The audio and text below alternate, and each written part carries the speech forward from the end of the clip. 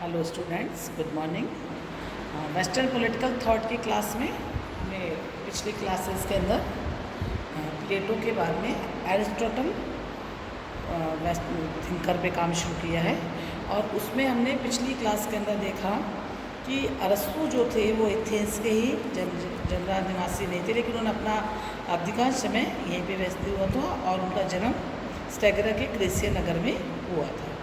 हमने भी ये भी देखा कि उनके जो पिता थे राज्य वैद्य थे, इसलिए उनका चिकित्सा शास्त्र के प्रति काफ़ी रुझान था। और प्लेटो के शिष्य होने के साथ साथ वो सिकंदर के गुरु भी रहे। उन्होंने एक अपनी लीसियम नाम से एक एकेडमी भी स्थापित करी, एक विश्वविद्यालय भी स्थापित किया था। और प्लेटो का उनके जीवन पर या उनके विचारधारा पे बहुत अधिक महत्वपूर्ण प्रभाव था। अरस्तु ने अपनी योग्यता के अनुरूप अनेक बौद्धिक का परिचय देते हुए अनेक ग्रंथों की रचनाएं करी हैं, इसलिए कई बार उन्हें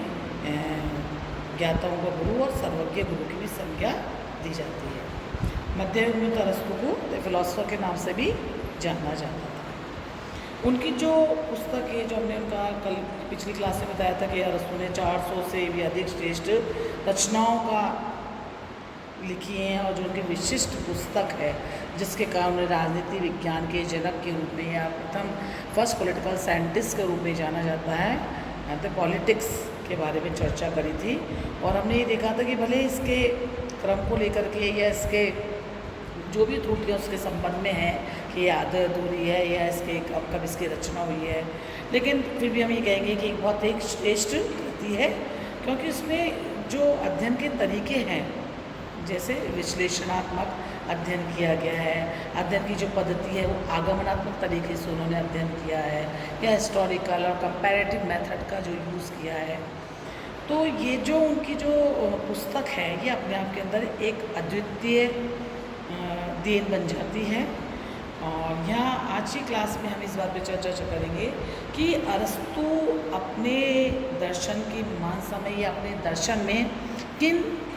तथ्यों से प्रभावित थे, या ऐसे कौन से प्रभाव थे जो हमें अरस्तु के विचारों पर दिखाई देते हैं। सबसे पहले हम चर्चा करेंगे तो देखेंगे कि अरस्तु या कोई भी विचारक जो होते हैं वो अपनी तात्कालिक परिस्थितियों से बहुत अधिक प्रभावित होते हैं, क्योंकि कोई भी दार्शनिक ये माना जाता है कि अपने दर्शन की रचना या अपने ग्रंथ जिस बारे में भी वो डीप स्टडी करता है वो उसकी रचना शून्य में नहीं करता है, अभी तो समकालीन जो परिस्थितियाँ होती हैं और उस समय की जो जिस प्रकार की इंस्टीट्यूशन वर्क कर रहे होते हैं वही उसके दर्शन का या उसकी फिलॉसफी का सृजन करते हैं। अरस्तु के संदर्भ में हम देखते हैं कि अरस्तु का जो राजनीतिक दर्शन है वो यूनान के उस समय राज्य में जिस प्रकार की अस्थिरता या अस्तव्यस्तता पाई जाती थी या जिस प्रकार का निरंकुशता उस समय व्याप्त थी वह उससे बहुत प्रभावित था, क्योंकि उस समय जो यूनानी संस्थाएं थीं उनके अंदर कोई प्रकार की स्थिरता या मतलब हमेशा हर चीज़ के अंदर डिसऑर्डर सा ही दिखाई दे रहा था। और अरस्तु ने इस बात को समझ लिया था कि यूनानी नगर राज्यों के अंदर जो अस्थिरता है, बार बार ना शासक बदलते रहते हैं या जो भी शासक है वो निरंकुश है, जनता की भलाई के लिए कार्य नहीं करते हैं, तो उसका प्रमुख कारण उन्होंने ढूंढ लिया था कि जो भी शासक हैं वो अति व्यक्तिवाद, यानी कि जो शासन की शक्तियाँ वो एक ही व्यक्ति में बहुत ज़्यादा समाहित हैं, और साथ ही साथ जो शासक हैं वो बहुत स्वार्थ तरीके से या उनमें स्वार्थ पड़ता बहुत ज़्यादा है। इसलिए अरस्तु ने अपने अध्ययन में ये बताया और इसलिए उसने राज्य के लिए सव्यवी स्वरूप को स्वीकार किया और राज्यों के मध्यम मार्ग का समर्थन किया है। अरस्तु ने अपने अध्ययन में नगर राज्यों को ही अपने अध्ययन का केंद्र बिंदु बनाया है, लेकिन फिर भी हम ये देखते हैं कि अरस्तु के जो दर्शन हमको दिखाई देता है उसमें, जैसे अगर हम अरस्तु के दास्ता पे जो उसका विचार है या जिस प्रकार से यूनानियों को श्रेष्ठ और शक्ति संपन्न और अपने आप में अद्वितीय जाति बताता है कि पूरे संसार में वो एक अद्वितीय जाति हैं, या जिस प्रकार से वो नागरिकता के क्षेत्र को सीमित करता है, ये सारे प्रभाव उसके दर्शन में जो हमको दिखते हैं वो हमको दिखाई देता है कि यूनानी संस्थाओं में जो उस समय रूढ़िवादिता थी या जो संपूर्ण यूनान में उस समय जिस प्रकार का वातावरण था, उसने अरस्तु के विचारों को गढ़ने में महत्वपूर्ण भूमिका अदा की है। दूसरा बात हम देखते हैं कि प्लेटो जो उनके गुरु हैं, उनका प्रभाव अरस्तु के विचारों पर हमको अवश्य रूप से दिखाई देता है। एक विचारक हैं फॉस्टर, उनका तो यहाँ तक कहना है कि अरस्तु तो एक महान प्लेटोवादी है। ये भी ठीक है, ये भी हम जानते हैं कि अरस्तु ने प्लेटो के बहुत से सिद्धांत हैं, जैसे आदर्श राज्य का सिद्धांत, दार्शनिक शासक का सिद्धांत और साम्यवाद की वो उनकी आलोचना भी करता है। परंतु फिर भी अरस्तु प्लेटो के ऋण से या प्लेटो के शेडो से अपने आप को पूरा नहीं निकाल पाता है। यहाँ ये भी इम्पॉर्टेंट है कि जो अरस्तु ने अपनी पॉलिटिक्स के साथ एक और इम्पॉर्टेंट किताब लिखी है जिसको हम एथिक्स कहते हैं। यहाँ अरस्तु की जो एथिक्स है उसमें हमें प्लेटो की जो लॉज है उसकी गूंज सुनाई देती है। और यहाँ तक कि हम उसकी जो मेन पुस्तक है पॉलिटिक्स उसको देखें तो हम यहाँ देखेंगे कि पहले पॉलिटिक्स के जो थ्योरेटिकल पार्ट है वो प्लेटो के लॉ से हमको प्रेरित लगता है। तो अरस्तु कभी भी जहाँ भी अपने विचारों, चाहे वो उसके राजनीतिक विचारों, आर्थिक हो, सामाजिक विचारों, वो प्लेटो के ही विचारों को संशोधित रूप में प्रस्तुत करता है।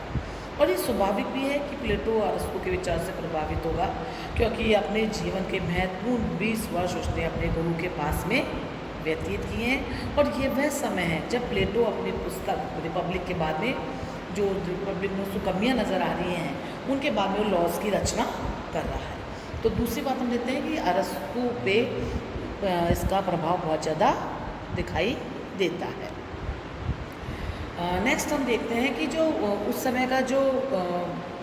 उसका जो पारिवारिक विरासत जो अरस्तु को मिली है वो भी एक बहुत इम्पोर्टेंट फैक्टर है कि अरस्तु का, जैसा हमने आपको पहले की क्लास में बताया कि अरस्तु एक राज दरबारी परिवार से संबंधित थे। उनके पिता राजवैद्य थे। तो अरस्तु के अध्ययन में जो हमको एक वैज्ञानिक दृष्टिकोण दिखाई देता है या फैक्ट्स को कलेक्ट करने का उनका जो एक तरीका था, उनको एनालाइज करना, उनमें कॉजल रिलेशनशिप स्थापित करने का जो अरस्तु की जो वृत्ति है, ये अरस्तु को अपने परिवार से विरासत में प्राप्त हुई थी। क्यों? क्योंकि उनके पिता एक राज्य वैद्य थे और उन्होंने साइंटिफिक तरीके से अपने पिता को हमेशा कार्य कारण संबंध या बीमारियों के इलाज और उनके कारणों को ढूंढते या उनके कारणों और उनके निदान के बारे में अध्ययन करते हुए देखा था। तो इस बात का अरस्तु पर बहुत ज़्यादा प्रभाव था। साथ ही साथ उसके जो परिवार के यूनानी राजाओं के साथ अच्छे संबंध थे, क्योंकि उनके पिता बाकायदा राजाओं के साथ उनके मित्रतापूर्ण संबंध थे। तो अरस्तु को धन और सत्ता की भी बहुत ज़्यादा सुविधाएं प्राप्त हुई और इससे वह अपने वैज्ञानिक अध्ययन, अनुसंधान या जो भी वो जिस प्रकार की उस समय रिसर्च कर रहा था साइंटिफिक, उसको जारी भी रख सकता था, क्योंकि जितने संसाधन रिसर्च करने के अंदर चाहिए वो अरस्तु को अपने रिलेशंस के कारण या जिस प्रकार के राजसी परिवार से वो संबंधित था या जो भी उनके मित्र थे उनके कारण उसको जो सुविधाएं प्राप्त हो रही थी, उसका प्रभाव भी अरस्तु के विचारों पर हमको दिखाई देता है। जैसे हम उदाहरण के लिए भी देख सकते हैं कि जो मैकेडोनिया का शासक है सिकंदर, वो उनका शिष्य था। उसका जो उत्तराधिकारी एंटीपेटर वो अरस्तु का खास मित्र था और बाद में अरस्तु ने जहाँ विवाह किया है वो भी राजसी परिवार से ही संबंधित थे। तो इन सब के कारण उसको हमेशा से बहुत प्रचुर सहायता, राजकीय सहायता मिलती रही और इसके कारण से ही वह लीसियम की स्थापना कर पाया, जहाँ उसने बहुत पुस्तकालय बनाए या डाक घर बनाए और डेटा कलेक्शन के या तथ्यों के संग्रह के लिए या 158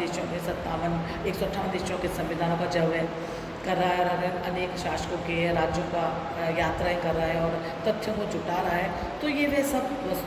तभी कर पाया जब उसके पास में संसाधन थे। तो हम ये कह सकते हैं कि अरस्तु पर साथ ही साथ उस समय जो मिस्र का विवेक, बेबीलोन की जो सभ्यता है, इन सब बातों का भी उसके विचारों पर प्रभावों को दिखाई देता है। और यहाँ एक बात बहुत इम्पोर्टेंट है कि हमने पहले की क्लास में चर्चा की थी कि प्लेटो के विपरीत अरस्तु की जो अध्ययन पद्धति है, यहाँ पे दोनों में अंतर दिखाई देता है। जहाँ प्लेटो की अध्ययन पद्धति निगमनात्मक है, जिसे हम डिडक्टिव मेथड कहते हैं, वहीं अरस्तु इंडक्टिव यानी कि आगमनात्मक पद्धति का प्रयोग करता है। यह हम आपको बताते हैं। निगमनात्मक जो प्लेटो की अध्ययन पद्धति थी, उसमें कि विशिष्ट सिद्धांतों की या विशिष्ट स्थिति की पूर्व कल्पना कर ली जाती है और फिर उसके बाद में सामान्य अध्ययन की ओर या सामान्य तत्वों की ओर बढ़ा जाता है, अपने अध्ययन को बढ़ाया जाता है। इसके विपरीत अरस्तु आगमनात्मक पद्धति का प्रयोग करता है, जिससे वो यहाँ पे जो डिडक्टिव मेथड जिसका वो प्रयोग कर रहा है अरस्तु, इसमें कुछ सामान्य बातें, सामान्य सिद्धांत बनाए जाते हैं और फिर उससे धीरे धीरे वैज्ञानिक तरीके से स्पेसिफिक की ओर बढ़ा जाता है। यहाँ दोनों की अध्ययन पद्धतियों के अंदर हमको अंतर नज़र आता है।